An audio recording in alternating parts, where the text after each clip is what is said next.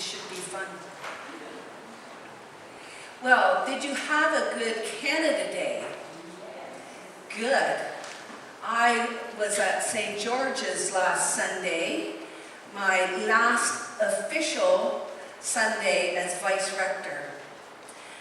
And on Canada Day, July the 1st, was my first official day here as full-time.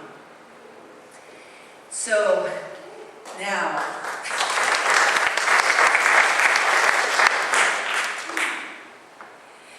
this morning I talked about the gospel and how Jesus was saying that a prophet can't be heard in their own hometown.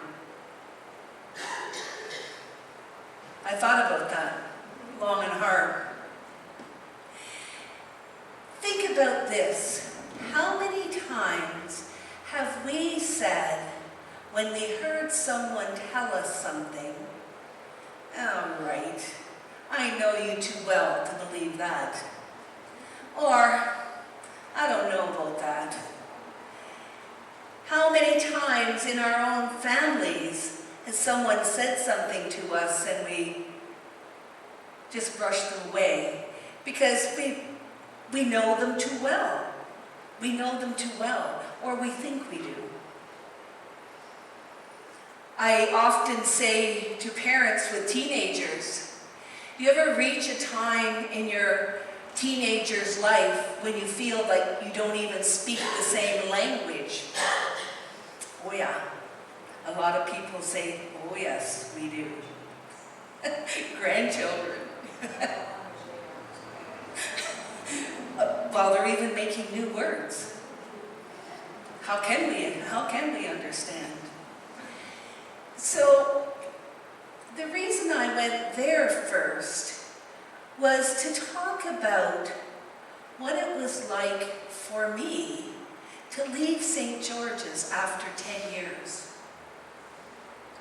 And to think about coming back to a place that I had been at. Because you know what they say, you can never go back. Unless you what? Unless you drive a Lincoln, Howard said.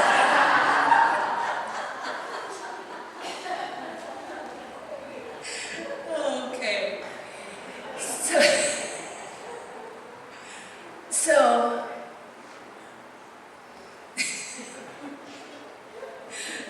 I can never go back. I can never go back.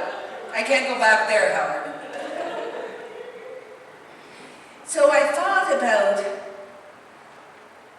this as I was thinking through the week on this gospel.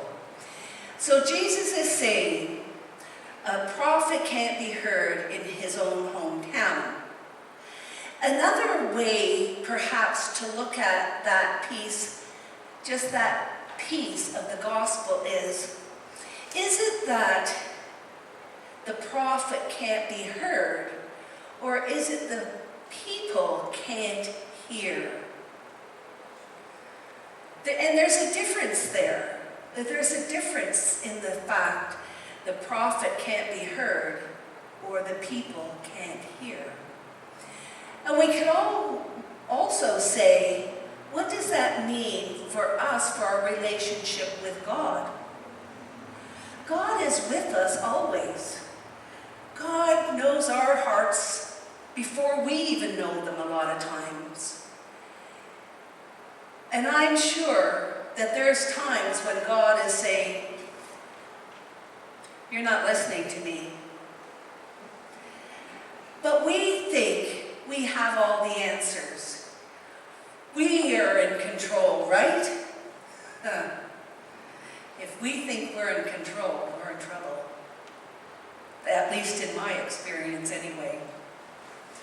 So, keeping all that in mind, let's think about me spending 10 years with a congregation. A big congregation. So, lots of pockets of people. We had a relationship. I was privileged to be with them in the good times and in the rough times of their lives.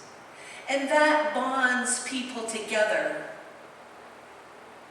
Think about some of the friends you have in your life, especially long-time friends, and how you depend on each other for support and love and guidance. So that is the kind of relationship I had with the people of St. George's. When I was first ordained, a bishop asked me what I thought I would like to do. And I said, you know, Bishop, I would like a nice little country parish where I could go and just love the people. We plan, God laughs. I remember times through my life being at St. George's and looking around. I mean, it's a pretty awesome space if you've been in it. It is huge. And looking up at that pulpit and thinking, oh, it must be horrible to have to preach from that pulpit. And guess where I ended up?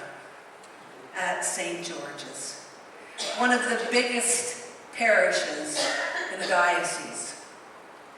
Preaching from that pulpit that was way up there. And unfortunately, we have to do that at St. George's because people can't see us otherwise. Here is much more friendly. It's much more comfortable, if you will. So I became ensconced at St. George's. I absolutely loved what I was doing. There was no visitors group when I arrived, and I said, "You gotta be joking, no visitors group in a parish this size?" Well, we'll have to change that. And I got a visitors group together. We did all kinds of things together, and they are still going strong today. That parish has people to look after them like you wouldn't believe. They look after our shut-ins, people in hospital, as if they're their own. And they are very gifted people. The other need I saw in the community was a bereavement group. So I phoned the Bereavement Resource Council, and I said to her, I said, "Emily, I'd like to start an afternoon group in St. Catherine's." And Emily said, "Thank God, Val. There's nothing in St. Catherine's offered in the afternoon." And I'm happy to say that that bereavement group is still going. After 10 years, they're still going strong. So we look around our community and we see the needs, we identify the needs, and then we try to fulfill those needs. So I was happy. I had thought, gee, I could retire here. You know? I was doing things that I love.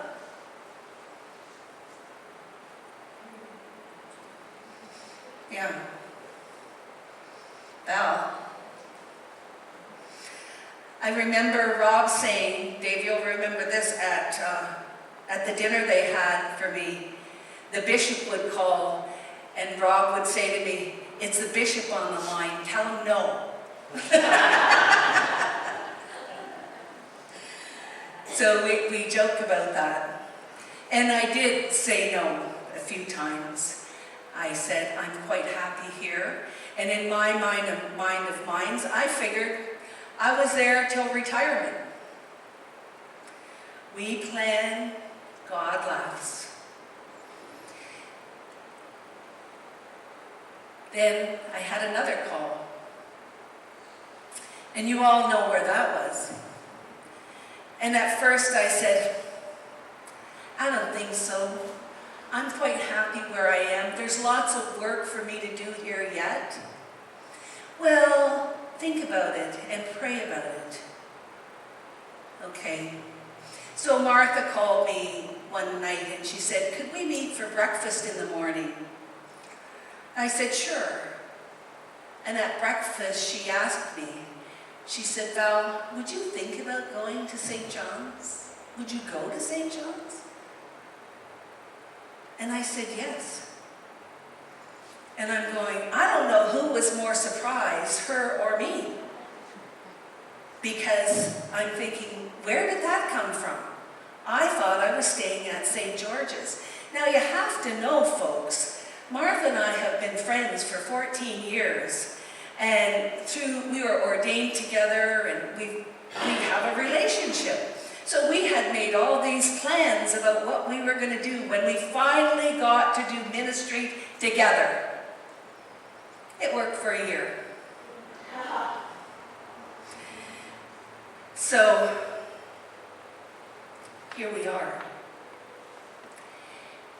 We plan, God laughs. I believe it was the Spirit that said, yes, Val, this is where you need to go. It's not easy to leave people that you've grown to love.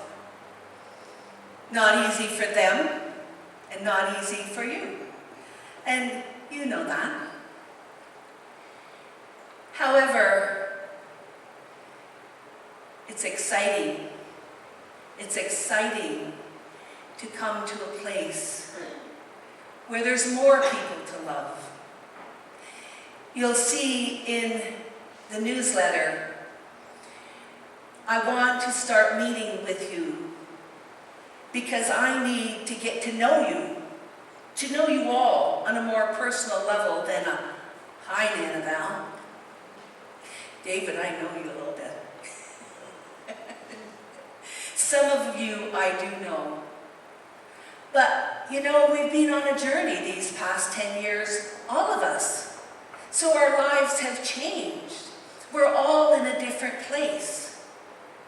And I believe that's one way that someone can go back.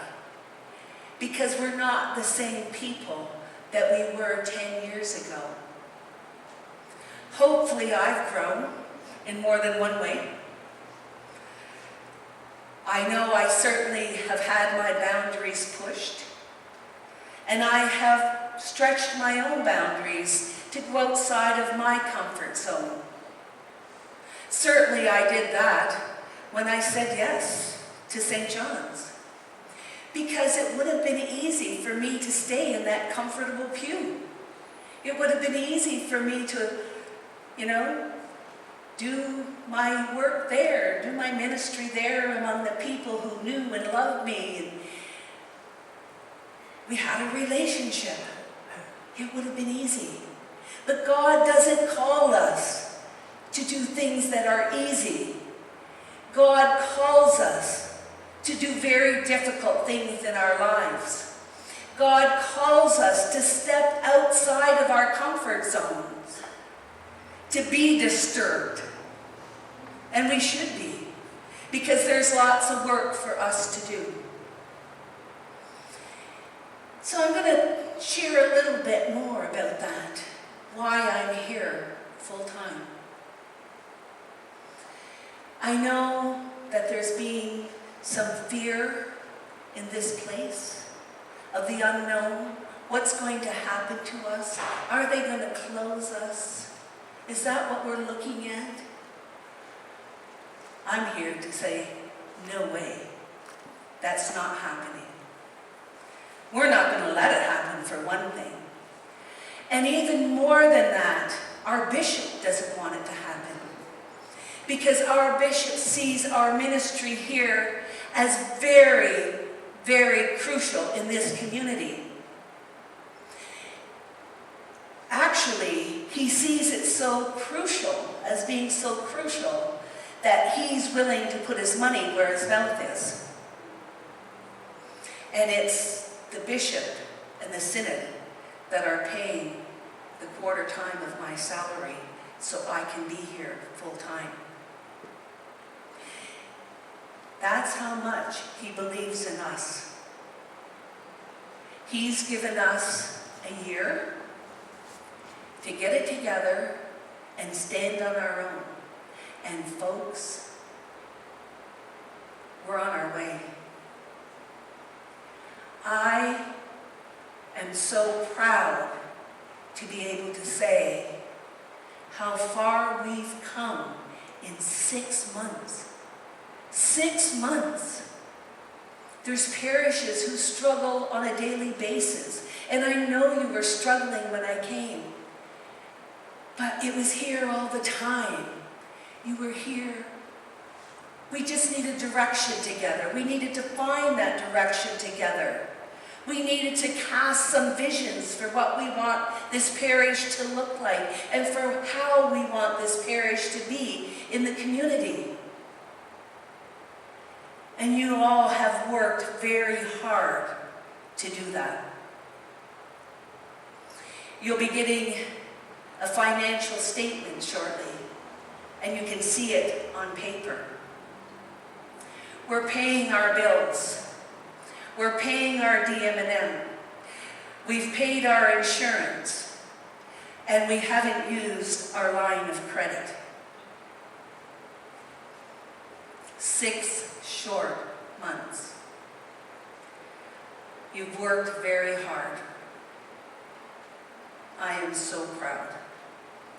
And Gary, what was that the treasurer wrote on that invoice? Good work. Good work. Well done. So we're being noticed. We still have a deficit. We have that historical debt, and we have to pay interest on that every month. But we're going to find ways to work at that too. Because this is an exciting place to be. It's an exciting place to be. If you think about it, the spirit in this place is alive and well. There is no end to what we can do, because with God all things are possible. God gives us strength to do things that we never even imagined that we could do. And God calls us to places where we never imagined that we would be.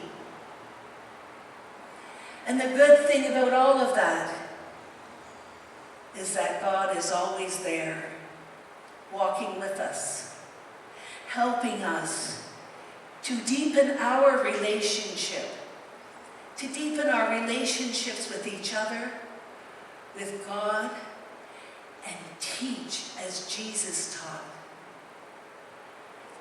You'll hear more about the things that are happening in this community, and it's exciting. I'm excited.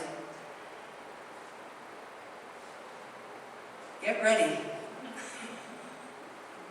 You won't want to miss it. Believe me. There's wonderful things to come. And I give thanks. I give thanks to God for all of you.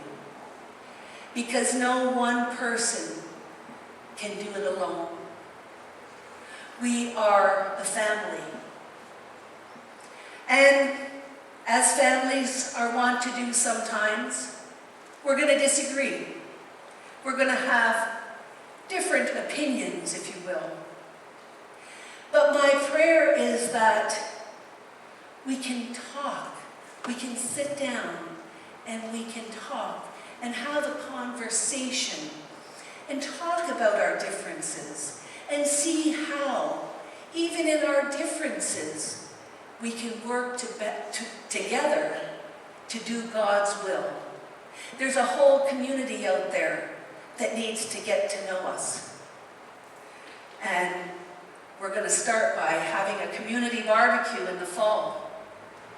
And I know you've had barbecues before. It's been your thing every year. You usually have one in the summer and one in the fall. And I've asked the parish council if we could go down to just one, but we're going to do it big. We're going to do it big. Because it's not just going to be for the people of St. John's. It's going to be for the community. We're going to invite that community to come in. And we're going to feed them. And we're going to entertain them. And we're going to introduce ourselves to them. And we're going to say, come and see. Come and see. Come and get to know us. You might like what you see here. For I believe there's much to love about this place. We have been given this place for a reason.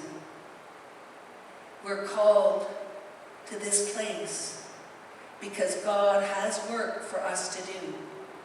And together we can do it.